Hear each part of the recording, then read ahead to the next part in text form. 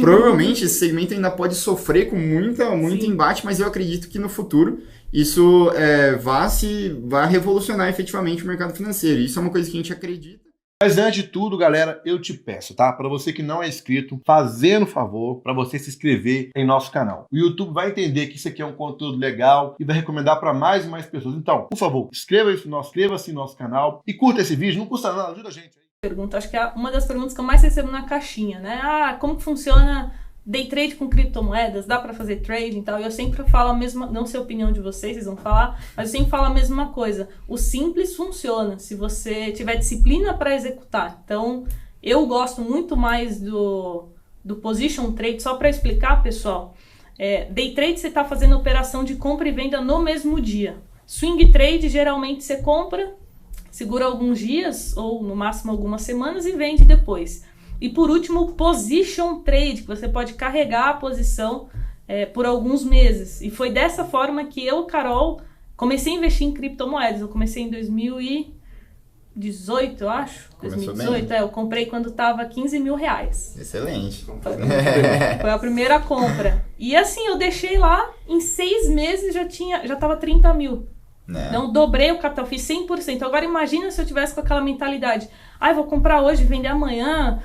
Vou vender daqui uma semana. Vou ficar comprando e vendendo loucamente. Então, eu, Carol, não sou muito adepta a isso.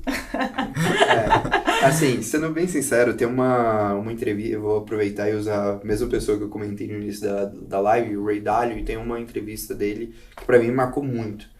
Que perguntaram para ele qual era a opinião dele, se as pessoas deveriam investir através de fundos ou deveriam investir por conta própria. Naturalmente, ele, um gestor de fundo, ele vai puxar um pouco pro lado dele, mas o que ele falou? Então, se você estiver investindo no mercado norte-americano, você não vai estar...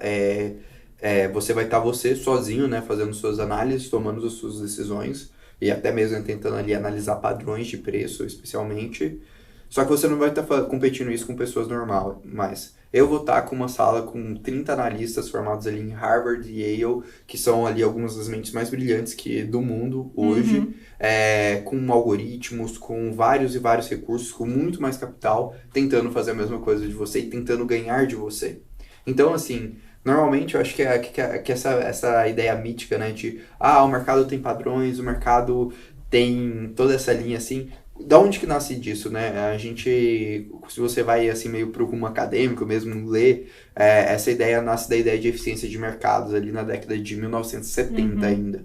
E isso numa época que assim, o mercado era você basicamente gritar ali na frente de um telão com papel, né? O papel mesmo. E desde então o mercado evoluiu muito. Hoje a gente tem ali algoritmos de alta frequência que, por exemplo, apeitam ali quando você está jogando uma ordem. Você tem várias e várias estratégias que tornam o mercado extremamente eficiente. E o que isso significa? Que essas oportunidades de padrões do mercado, elas acabam sumindo. E especialmente no mercado de cripto, que ele é um mercado que ele vai evoluindo, cada ano você evolui mais. Eu comentei sobre o segmento de DeFi, né? Para vocês terem uma noção, a maior DeFi hoje se chama Uniswap. Ela lançou o seu token em setembro de 2020. Ela começou a sua história em 2018. E hoje ela é uma empresa que fatura mais de $1 bilhão ano.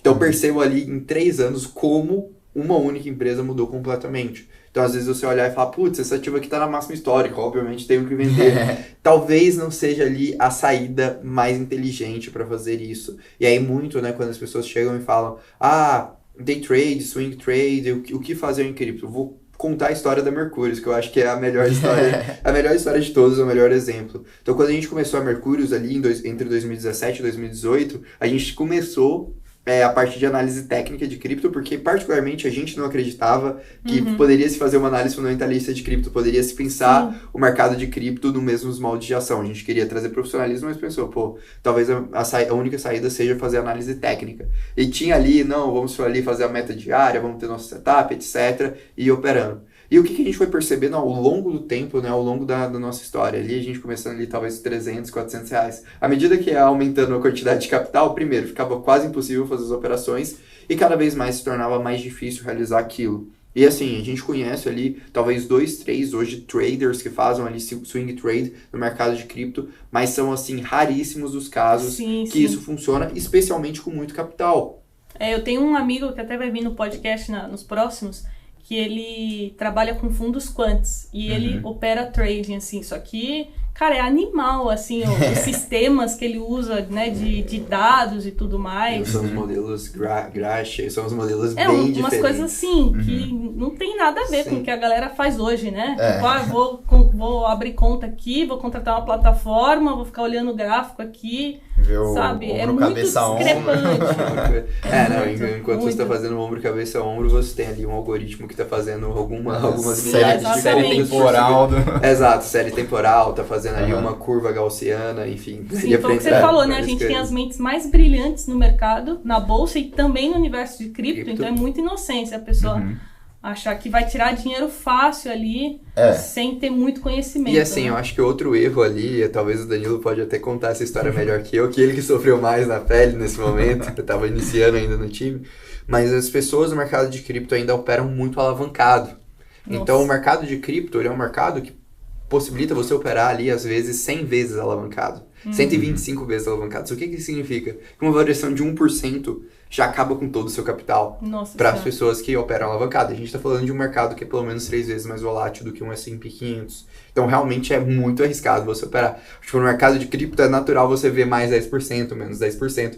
Uma pessoa no mercado de ações, você variou 1% no papel, a pessoa já fala, caraca, tô rico. No mercado de cripto, 1% é algo que você varia literalmente em 5 minutos.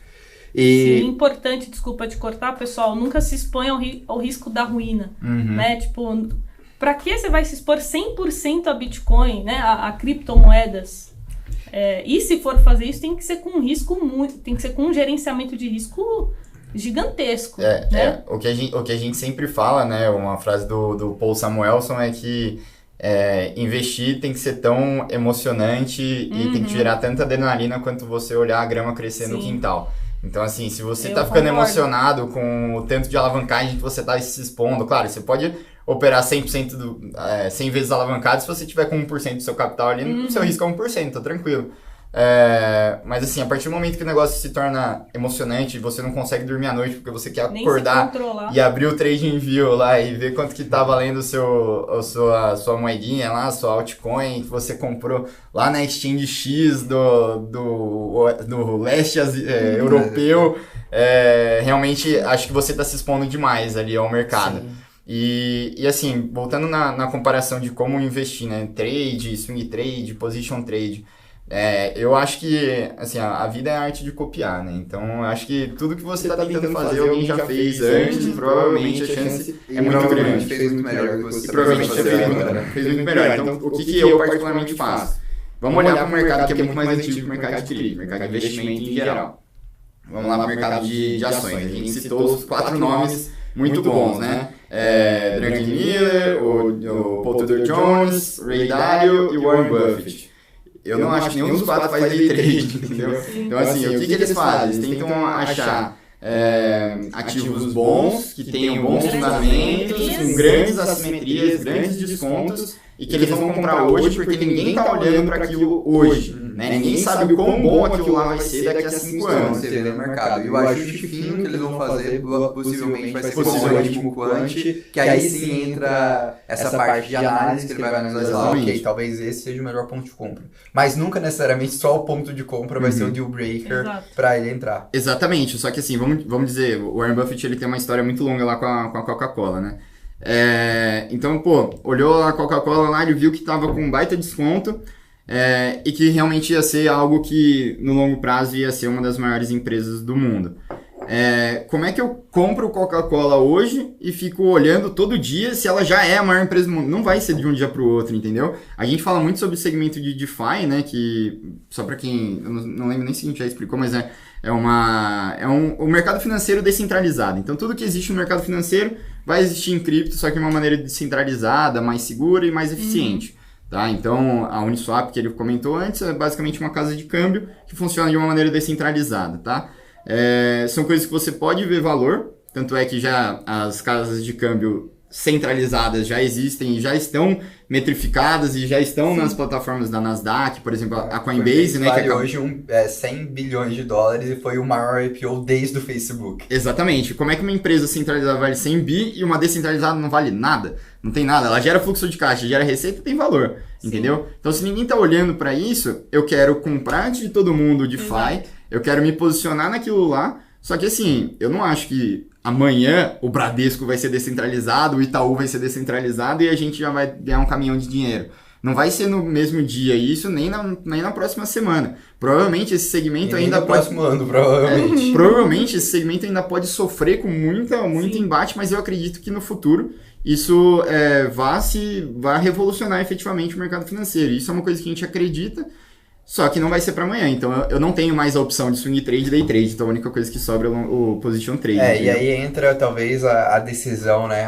Estou pensando em investir por conta própria, eu estou tentando me expor a algo assimétrico, né? Onde que eu vou olhar? Que aí, igual a gente falou, você tem as mentes mais brilhantes do mundo olhando hoje para o mercado de ações. Algumas dessas mentes estão começando a olhar agora para o mercado de cripto.